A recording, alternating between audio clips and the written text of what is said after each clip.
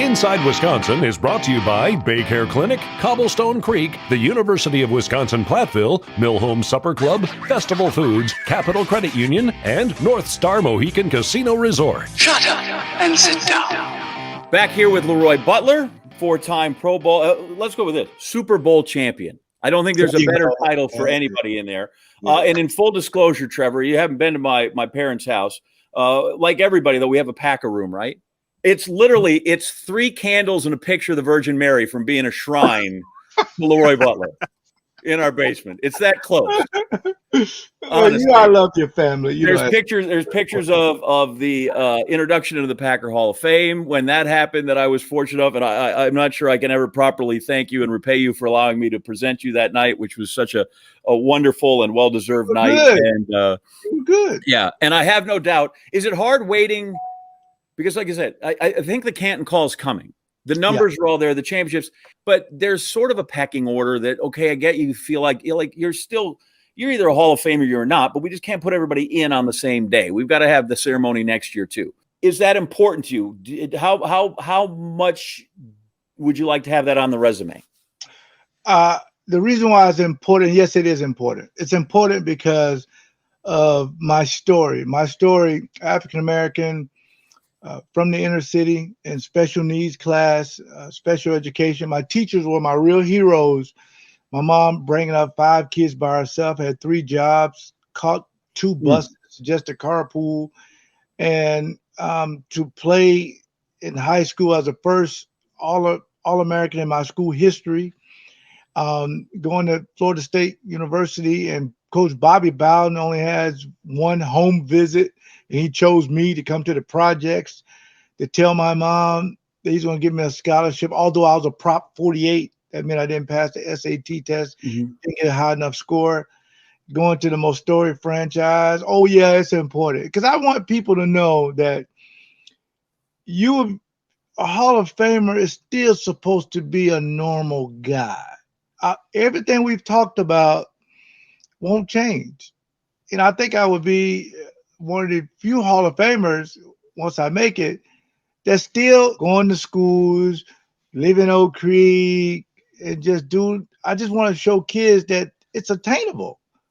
Yeah, I just saw him at the gas station. He was pumping his own gas. I mean, yes, that's what we do. We pump gas. So in football-wise, it's important because I think in the 90s, people thought maybe we only had a few, just Reggie White, Brett Favre, Ron Wolf, and that was it. But you still had one more guy, and I was a first team all decade. I really thought that would be something that had made you a finalist long time ago, but it wasn't. So, and I'm thinking, okay, now that Drew Pearson went in, now the 70s, 80s, 90s, and 2000s, I'm the only first team all decade member that's not in. So, and me and my mom always talked about it, and she was like, well, last in, you get the more money. Last in, first out, that thing. But and I know the frustration of guys wanting to get in, John, but I'll say this. My mom say, listen, you gotta be excited because there's a lot of guys will never be in your position that think they should. Mm-hmm. So I just embrace it. But last year was different though. Because when you get the phone call that you didn't make it, you kind of just, like the first year, okay, first time I find it's pretty exciting. We're in Miami. They call you up. Okay, Mr. Baker. Mr. Baker goes, well, LeRoy, unfortunately, then I knew. I say, yes, sir. I'll see you next year. It's all good. I don't need all this speech. I get it tough for you. The following year, we're in the pandemic. Well, we're still in the pandemic. But that phone call was different. It was like, unfortunately, so I knew. He said, but wait. You made the final 10. I said, oh, that's kind of a game changer because that means you're really close. And that means on some people's ballot, you probably made their final 5 in the ballot. And then, but John Lynch was a finalist. You're a better player than John Lynch. I can't hold back. You're a better player than John Lynch. Well, he was a finalist for 8 years. And they're like, we got to get him in. We got to get Atwater in. And then we got this. And then, because Rondé Barber, who I think put up big numbers, his people are like, well, you gotta wait till LeRoy Butler gets in. But as long as they talk about safeties, which they haven't for a while, John, as you know, Yeah. I think I'll be in there. But the next time we do this interview, because will be a part 2, because we don't have Yes. enough time to cover everything, then I will have, I want your kids to say, not only that I knew LeRoy Butler a long time ago, Long. I can actually see the jacket and touch it and feel it and put it on. That's important to me for kids to know that. So That's we've awesome. talked I we've never talked thought a ton about of football. We've got some other interests. First, hit me with the anti-bullying thing. Why that's It's very important, Trevor and John, because I was bullied my whole life because of poverty, my skin color, um, having a single parent, having club feet, being in a wheelchair, you name it, everything. But my grandmother, who was also brilliant, she told me about putting these blinders on and that life is like a game. When you go to these games, they have a cardboard up or a poster and they write mean stuff. You don't go in the stands and fight them. You beat them by not giving away your power, by being affected by it. So when I started Butler versus bullying, when kids hear that I got bullied, they just like, really? I said, listen, I wasn't an All-American all my life. I mean, I had holes in my shoes, I had holes in my jeans. Now my daughters buy jeans for $200 with holes in the jeans. I don't get it. But I also, it's two things that kind of we branded off of that. One was make it obsolete by delete. If you're in a group text or social media, if it's not true, just delete it. And then we also, this is most important. It's a fine line between bullying and just having fun. My uncle, for example, is a Bears fan. I send him some rough texts, okay? And he sent me some. Listen, when Aaron Rodgers didn't know if he wanted to play or not the whole offseason for 6 months, he been sending me some bad emojis. That's just fun. But if you're trying to hurt somebody so you can to better yourself, mm-hmm. then that's when the bullying thing is. And I've been doing it now for about 4 or 5 years. I speak to maybe 35 schools a year. It did not stop in the pandemic. We did it on the classes was like online. We did it through Google Meet. I mean, Zoom. I mean, StreamYard. Because the teachers were like looking for online curriculum anyway. Tough word. So we still did it. So I'm just so proud of that. And Anthem Blue Cross Blue Shields of Milwaukee, they were my partner in this. They said, we like this. We understand it's your story, and we're going to keep sponsoring as long as you want to do it. And I just teach kids to be leaders, not followers. But if you're going to follow, choose the right leaders, and they're the teachers. Man, I relate to that, LeRoy. I grew up bullied too, man. I was the tallest yet most unathletic. I had the glasses, the bowl cut, the whole 9 yards, man. You're doing God's work. I'm grateful for that. And look at you on the best podcast in America. Isn't that great? We'll take Wisconsin anyway. Hey, so I love that you keep talking about stories. It's all about people's stories. And that's literally what we're trying to do with this is give you guys the platform to tell your stories and talk about your statriotism. What does that word mean to you when you hear it, LeRoy? Statriotism of Wisconsin. It really makes me feel good because I think sometimes people think the Midwest don't have it going on, but I will let you know something. State of Wisconsin, not only do we have Giannis, MVP, I mean, they won a championship first time in 50 years, okay? We have Yelich, MVP, with the Brewers who are in first place. Yeah, they're in the playoffs. That's all that counts. They're going to the playoffs. Right. And Aaron Rodgers, multi MVP. So this state really has a lot. That's why me partnering with the dairy farmers and Wisconsin cheese, because I have the best mac and cheese in America, okay? So I said to myself, who would take that to another level? The state of Wisconsin. I'm just so proud to be here. I really am. It's just so great. It really is, because people just really support you. And when I heard y'all doing the Inside Wisconsin and we got John on, I said, finally somebody has a show dedicated to Wisconsin. And I saw Brian Anderson, who I love, and I think he's the best.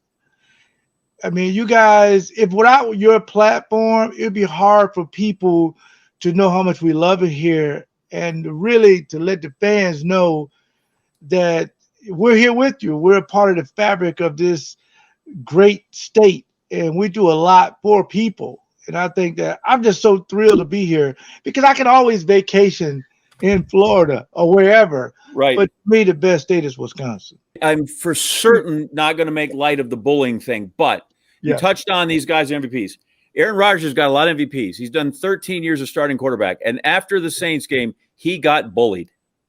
I don't know if you can ever bring that upon yourself. I get the rough off season. Yeah. I have tried not to defend his performance. He was terrible in the first week. Yeah. I'm trying to find anybody on the team that was not terrible that first week. It's okay. I'm trying to convince people I don't think that terribleness had anything to do with the offseason. I may be wrong. But I think to just go, he stunk, he deserves it because he did this in the offseason, I'm not sure that's the right through line. I think maybe he just was bad and the rest of the team was bad. He got to touch the ball for about 18 plays in the first half. I just your take on let's just that little vacuum. We're just going to concentrate week one. No, it's what important. You saw and what your impressions were there. It's important, John, because that's what players are talking about with mental illness in a way. And this is how I tie it in.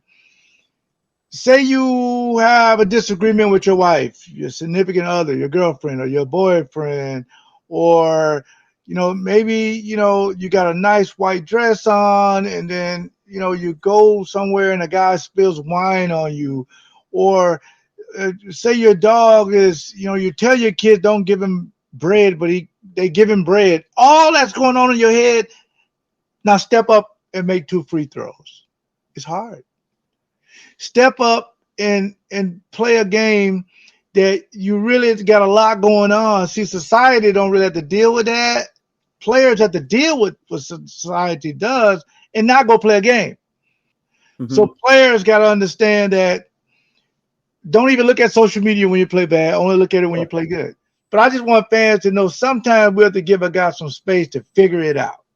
And I get it. And it's just like, he had a lot going on. He really did have a lot going on because he's trying to understand. I'm not saying I want to be GM. Okay, but it would be like if Trevor and me put the show together and didn't tell you, but you're the headline. You're like, well, wait a minute. Why wouldn't y'all text me and let me know what the topics are? Well, you're good enough to just whatever the topic is to talk about it. Well, no, can we have a group thing? The show would probably be better. He's not trying to be the GM and get Gutekunst fired and all that. But for the most part, everything is fine. But I think the good thing about it, Aaron said he played bad. Mm-hmm. So he'll give people space enough to feel that way. And then, then you could break down the X's and O's of it. And it's not really spin. I just want people to know that this is probably the last time he's going to play. So when he texts out or releases him and Devontae about the last dance, people feel a type of a way about that kind of smoke. You don't need that kind of smoke. I have 2 stories I'd like you to tell because I don't know that Trevor's heard either one of them because he's not old enough to remember these kind of things, but they're important. So first off, you talked about the great coach Bobby Bowden, who we lost recently, and is such a good man and so many things he did both in Tallahassee and when he was in West Virginia and Morgantown. But tell Trevor about the Punterooski when Florida State played Clemson, but tell him why it set up a game-winning field goal. Well, 2 things. We were doing this fake punt, Trevor, and we were saving it for Florida at the end of the year because that's rivalry weekend. But we're playing Clemson. They were top 5 team, so were we. We were in Death Valley. Burt Reynolds bought us some new uniforms, all white. Yeah. It was raining, sorry, so the field was terrible. And we kept practicing this fake punt, and in practice, it never worked. So I'm like, we're never going to run it, So I remember, I think it was 3rd down. Chip Ferguson, our quarterback got hit. He threw a pass, and the guy, it's a lollipop. I mean, all he had to do was catch it. The game's over. He dropped it. So it's 4th down. And as I'm running on the field, because I was always on the punt team, Coach Bowden said, cover this mark. He said, run it. I said, what? He said, run it. I said, are you serious? Yeah. So I'm running out there. I told, it was like a key word. I forgot the word, but I told the punter, run it. And people were like, and whatever that word was, Dane Williams, he was the up, he told everybody the word, so we're going to run it. Everybody was shocked because we were like on our own 18. So we snapped the ball. He gets it to Dane Williams. He puts it in my legs, Trevor, and I'm sitting there. And the plan was for me to wait like 1,000, 2, 1,000, 3, something like that. But I got to like 1.5, and I saw this guy from Clemson. He saw me. So I take off running, and I'm not the fastest. So I'm running and running, and I said, okay, I got the first down. Oh, yay! That's, whoa, they don't see me. And I'm running, and I'm running. I said, uh-oh, Donnell Woolford, the all-American cornerback, he's the punt returner. He's sitting there like, where? Because the punter jumped as if the ball went over his head. So the crowd was screaming like, oh, we won the game. And you could just see Danny Ford's face like, oh, my God, what is going? Get the guy. And I'm running. And, Trevor, I got about the 35, right? And they said it was a monkey on your back. I said, no, it was a gorilla. I mean, you could not even see my name. My head was all the way back, and I'm running, and I'm running, and I'm running. And I didn't have like the athletic ability to like jump like these guys do now. And I got knocked out like at the 3. And I remember Richie Andrews, who actually is in Wisconsin. And I remember telling him that he's a kicker. I said, please don't miss. He makes the field goal, and I was everywhere on Sports Center. I remember Beano Cook says the best play since My Fair Lady. That's the best quote of all time. And everybody knew who I was. It was great. And I remember meeting with the media. I never met with the media before. John, I don't know if I told you this story. So they come up to me and they're asking me all these questions about the play. And somebody said, did you have butterflies? I said, no, I had pterodactyls. And I go try to figure out how to spell that. He got caught at the 3. Oh. I'm slow. I'm not a Deion's the speed guy and Terrell Buckley. Terrell Buckley. I'm sorry. I don't want to be the hero. I just want to be a part of the story. That's it. You're just you're here to rate. You're bringing people along with you. That's what we're trying to do. Is the hero. Robert Novak says, you want to bring people along with you. That's what you were trying to do. Yeah. The other thing I want Trevor to know, tell him about when your rookie year and you drove your car into the ditch or whatever. What kind of car did you have? I had a classic Nissan 300Z T-top. The way you take the tops out of it. And I second round pick. I'm riding down 41. I mean, come on, cool, right? It was like December, and all of a sudden this stuff started coming out that I've never seen before. I heard about it. I seen it on the Hallmark channels, but I never read it. And it started snowing. So I'm saying it was no big deal. I'm just driving. And Trevor, the ice and snow started to gather on my tires. And no one told me how to put on brakes in snow. I slam on brakes. I'm doing a 360 into the ditch. And this one I knew I wanted to be in Wisconsin my whole life. I bet you 7 cars stopped to help me. Anywhere else, they just drive by. That idiot in a Z, he deserves it. And I remember the guy, he's pulling out the car with a tow truck. He said, sir, you might want to get your SUV 4x4. I had no idea what a 4x4 was. 4-wheel drive? No. I'm from Florida. It's rear-wheel drive, and it's a classic. He said, it's classic junk up here. I got rid of it and got my SUV. And now here you are today, as Wisconsin as it gets. What are you driving right now? Oh, Ford. I'm a Ford Lincoln guy. I had my own dealership up in Wapaka for about 4 or 5 years. So my wife has a Lincoln Aviator. She got that nice car. Sure. And I have a Lincoln MKT as in Tom. I'm a Ford Lincoln guy. No. I promise you, there are a lot of people grinning ear to ear listening to these stories. We'll wrap it up with LeRoy Butler. After this, we are inside Wisconsin. Inside Wisconsin is brought to you by Baycare Clinic, Cobblestone Creek, the University of Wisconsin-Platteville, Mill Home Supper Club, Festival Foods, Capital Credit Union, and North Star Mohican Casino Resort. Helpful critiques, ideas, great stories, people we should know, the great bar in your town, the fish fry you want to know, the fish boil, anything that you want to reach out to us with. We are happy. We are here. You can be the inputters. We're here to listen.